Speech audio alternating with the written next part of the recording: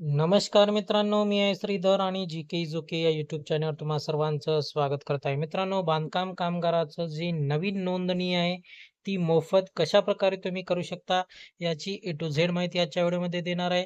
चला, video skip नका करू, व्हिडिओ संपूर्ण पहा. चला, व्हिडिओला स्टार्ट करूया. मित्रांनो, सर्वात आधी तुम्हाला mahabocw.in या वेबसाईटवर यायचं आहे. वेबसाईटवर आल्याच्या नंतर तुम्हाला स्क्रोल डाऊन करून खाली घ्यायचं आहे. एक नंबरला ग्रीन मध्ये तुम्हाला दिसून येत आहे कन्स्ट्रक्शन वर्कर रजिस्ट्रेशन, यावर तुम्हाला क्लिक करायचं आहे. मित्रांनो, क्लिक केल्याच्या नंतर एक नवीन इंटरफेस ओपन होईल.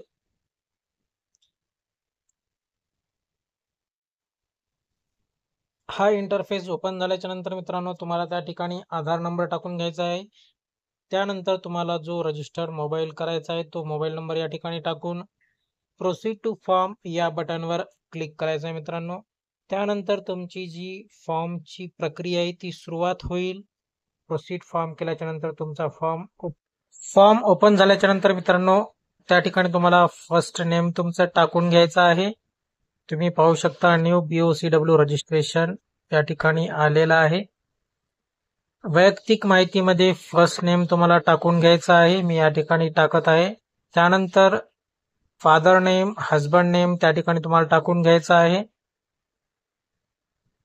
ही पर्सनल डिटेल सर्व माहिती तुम्हाला भरून घ्यायची आहे मित्रांनो, एका एकाने. त्यानंतर लास्ट नेम तुमचं आडनाव टाकायचं आहे. त्या ठिकाणी आडनाव टाकल्याच्या नंतर मित्रांनो, तुम्हाला त्या ठिकाणी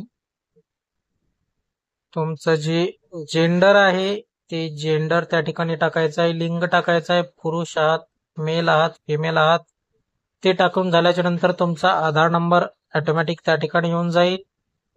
त्यानंतर तुमचा वैवाहिक स्थिती, मॅरिटल स्टेटस त्या ठिकाणी टाकून द्यायचा आहे मित्रांनो. ते झाल्याच्या नंतर तुम्हाला तुमची जी जन्मतारीख आहे ती तुम्हाला टाकून घ्यायची आहे. त्या ठिकाणी सर्व एक एक माहिती व्यवस्थितरित्या भरून घ्यायची आहे. जी तुमची जन्मदिनांक असेल ती जन्मदिनांक तुम्हाला त्या ठिकाणी फिलअप करायची आहे. मी या ठिकाणी जन्मदिनांक टाकून घेत आहे मित्रांनो. जन्मदिनांक टाकल्याच्या नंतर तुम्हाला त्या ठिकाणी तुमची कॅटेगरी निवडायची आहे, कास्ट निवडायची आहे, कोणती आहे ती. कास्ट निवडल्याच्या नंतर तुमचा जो मोबाईल नंबर आहे तो ऑटोमॅटिक त्या ठिकाणी आलेला असेल आधीच. त्यानंतर मित्रांनो, तुम्हाला तुमचा ऍड्रेस पूर्ण टाकून घ्यायचा आहे. जसा तुमचा आधार कार्डवर आहे तसाच ऍड्रेस तुम्हाला त्या ठिकाणी फिलअप करायचा आहे, टाकून घ्यायचा आहे. ऍड्रेस या ठिकाणी मी टाकत आहे मित्रांनो. यामध्ये देखील तुम्ही ऍड्रेस टाकल्याच्या नंतर जी बाकीची उर्वरित माहिती आहे ती जशाल तशी भरायची आहे. जसे की विलेज असेल, सिटी असेल, महत्वाची जी जवळपासची जागा असेल ती सर्व माहिती आपण पहिल्यांदा ऍड्रेस टाकून घेणार आहोत मित्रांनो. ऍड्रेस टाकून घेत आहे. ऍड्रेस टाकल्याच्या नंतर एक एक सर्व माहिती तुम्हाला टाकून घ्यायची आहे. त्यानंतर एरिया, विलेज, क्षेत्र, गाव जे काही असेल तुमचं ते त्या ठिकाणी टाकून घ्या. मी या ठिकाणी फिलअप करत आहे. त्यानंतर तुमचं सिटी किंवा शहर, जे काही तुमच्या जवळपास मोठी सिटी असेल ती टाकून घ्यायची आहे तुम्हाला. तुमचं जर गाव हे सिटीच असेल तर ते देखील टाकू शकता. त्यानंतर महत्वाची जागा, जवळपास इम्पॉर्टंट प्लेस नियर बाय ते टाकून घ्यायचं आहे. ऑप्शनल आहे, नाही टाकलं तरी चालून जाईल. त्यानंतर राज्य आणि डिस्ट्रिक्ट टाकून तुम्हाला तालुका निवडायचा आहे मित्रांनो.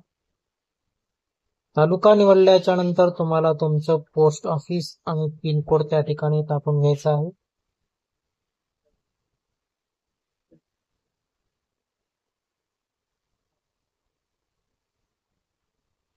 त्यानंतर मित्रांनो, पिनकोड ऑटोमॅटिक आल्याच्या नंतर तुम्हाला तुमची फॅमिली डिटेल्स, कौटुंबिक तपशील हा त्या ठिकाणी टाकायचा आहे फॉर्म मध्ये. त्यामध्ये तुम्ही मित्रांनो तुमचे जे पाल्य असतील त्या पाल्यांचे आधार कार्ड त्या ठिकाणी तुम्ही ऍड करू शकता, जेणेकरून पुढे स्कॉलरशिप फॉर्म भरण्याकरता तुम्हाला सोयीस्कर जाईल. 2 पाल्यांपेक्षा 2 मुलांपेक्षा जास्त नाव ऍड करता येणार नाहीत किंवा करू देखील नाहीत मित्रांनो. जर तुम्ही स्वतःचा भरत असाल तर पत्नीचं नाव देखील ऍड करू शकता. त्या ठिकाणी सर्व त्या टेबलवरची माहिती तुम्ही पाहून भरू शकता. व्यवसाय, शिक्षण जे काही तुमचं असेल ते शिक्षण त्या ठिकाणी टाकू शकता. वरील दिलेल्या माहितीप्रमाणे तुम्ही सोप्या पद्धतीने या ठिकाणी नाव ऍड करू शकता तुमच्या मुलांचे. पत्नीचं करायचं असेल तर पत्नीचं, जर महिला फॉर्म भरत असेल तर तुम्ही तुमच्या पतीचं देखील नाव ऍड करू शकता.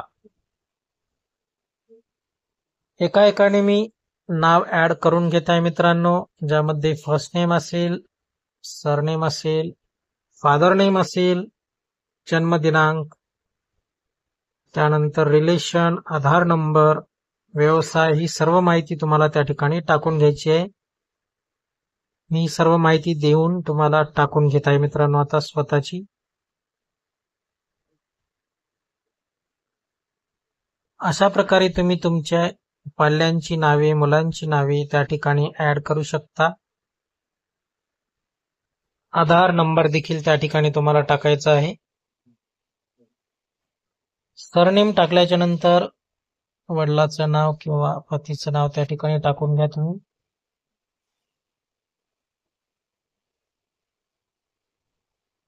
त्यानंतर तुमचा जन्मदिनांक, म्हणजे तुम्ही ज्यांचं नाव ऍड करत आहात त्यांचा जन्मदिनांक तुम्हाला टाकायचा आहे त्या ठिकाणी.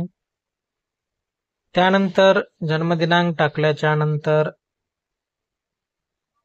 जे रिलेशन आहे तुमचं त्यासोबत, मुलगा आहे, पत्नी आहे, पती आहे, मुलगी आहे, ते रिलेशन त्या ठिकाणी टाकून आधार नंबर टाकायचा आहे.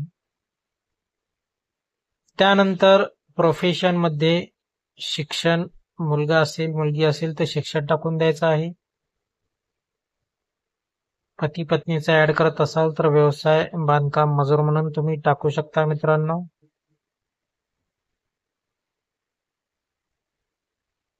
आणि कितवीला आहेत तुमची मुलं त्या ठिकाणी तुम्हाला टाकून द्यायचं आहे. हे टाकणं झाल्याच्या नंतर तुम्हाला अजून देखील नाव ऍड करता येणार आहे मित्रांनो.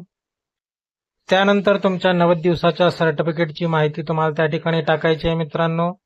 90 दिवसाचं सर्टिफिकेट कोणतं असणार आहे आधीच्या व्हिडिओमध्ये मी सांगितलेलं आहे, तरी देखील या ठिकाणी तुम्हाला दाखवून देत आहे सर्टिफिकेट कोणतं आहे 90 दिवसाचं. अशा प्रकारचं जे सर्टिफिकेट आहे ते तुमचं मित्रांनो, तुम्हाला हेच सर्टिफिकेट त्या ठिकाणी संपूर्ण माहिती या सर्टिफिकेटची फिलअप करायची आहे, ज्यामध्ये ऑल टाइप्स ऑफ हेल्पर तुम्ही घेऊ शकता कामाचे स्वरूपमध्ये. त्यानंतर कोणी सर्टिफिकेट दिलेलं आहे ते तुम्ही त्या ठिकाणी निवडू शकता, ग्रामसेवक असेल किंवा अजून कोणी. त्यानंतर सर्टिफिकेटवरचा जावक दिनांक तुम्हाला टाकायचा आहे. जावक दिनांक टाकल्याच्या नंतर तुम्हाला जावक क्रमांक देखील टाकून घ्यायचा आहे मित्रांनो.